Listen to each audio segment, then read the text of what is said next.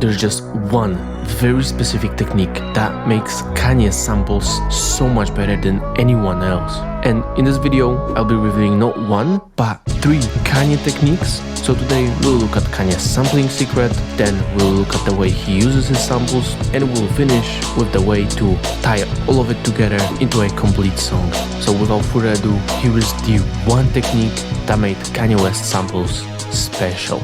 And that technique is sample selection. But wait, it's very important that you actually understand what's so great about it, which is going to be crucial for you to use this technique to its fullest potential. So that just means that if you get this right, you won't have to do all that much later on. And so that one thing is sample clarity. But a lot of you might actually not understand what I mean by that, or just have the completely wrong idea in your mind. So to explain it, let's take a closer look at one of my samples. This sample is actually one of the weekly samples on Sample Academy, and it's called Angry Man by Dakota. Now I want you to listen to this sample very carefully.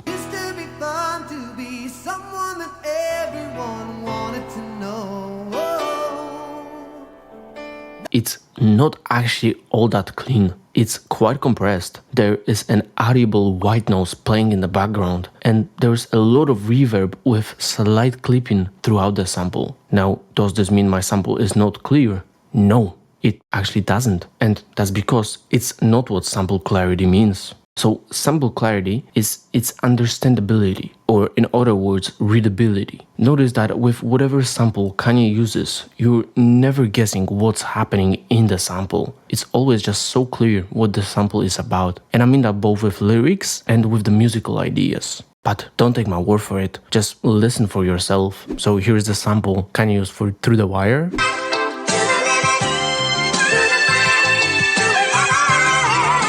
And here is a sample Kanye used for Hey Mama.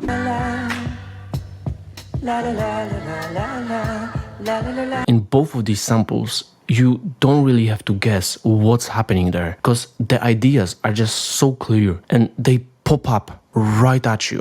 So that's actually going to lead us into point 2, because now that we've learned how to look out for clear samples, we have to talk about how to actually use them. And I will show you the exact way I process my sample to sound the way I want it to, so it matches the rest of my vision for the beat a little bit later on. But for now, let's focus on what I add to it. So actually, maybe let's first talk about the fact that I warped my sample to the tempo, so it's on beat, and I also just slightly pitched down the sample.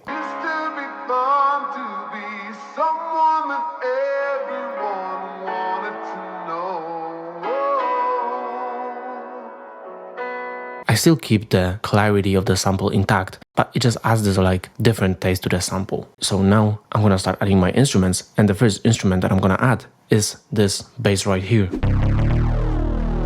I will just have it follow my sample. So even though it's a very thick sounding synth, it's still fine melodically, because it's actually not clashing with my sample, it's just following it.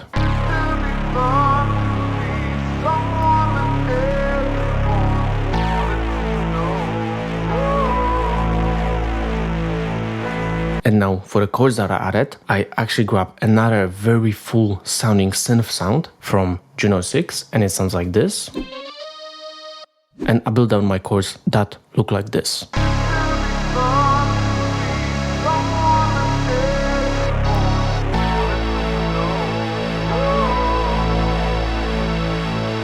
Now the thing about this is that even though both of those sounds are really thick and they change up the sonics of my beat quite a lot, they still do not take away the clarity from the sample, because I just follow along the sample and let the sample dictate my beat.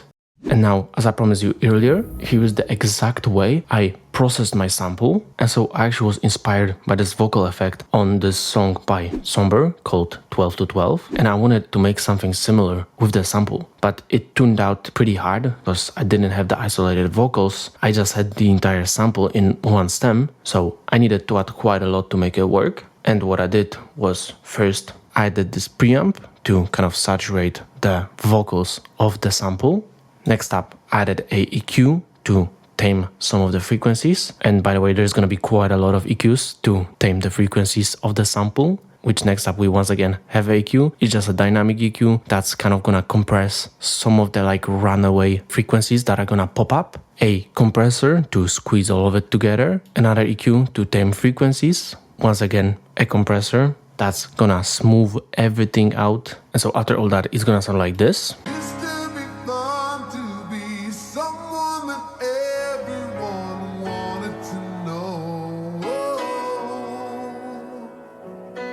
Now you can still hear that it's quite not there yet, but after I added just these two plugins, all of a sudden it all clicked. So I added this vintage tape effect and added this EQ to shape the sound of the sample and make it more like nosy sounding.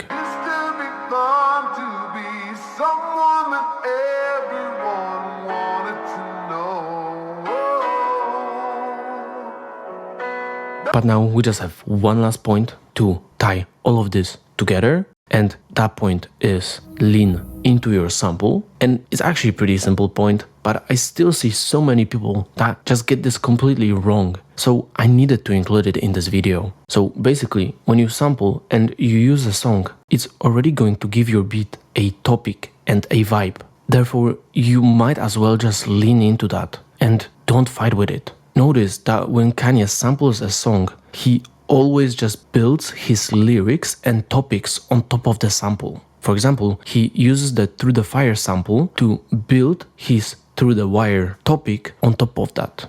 But so many people who sample nowadays just use the sample as a background noise and a filler. So if you wanna be more like Kanye, then build your beats and lyric based off of your sample. And that is exactly what we're doing in Sample Academy. So this beat that we've been working on today is a beat that was created on the Samples Academy community live call. And currently we're working on turning it into a fully produced song with vocals. So if you want to become a part of the community and join us in creating songs on the live calls, then just check out Sample Academy. It's frizzling in the description. So now that you actually know the sampling secret of Kanye West, you should probably learn the fastest Kanye West method to improve your drums. And for that, click this video that's currently on your screen and see you there.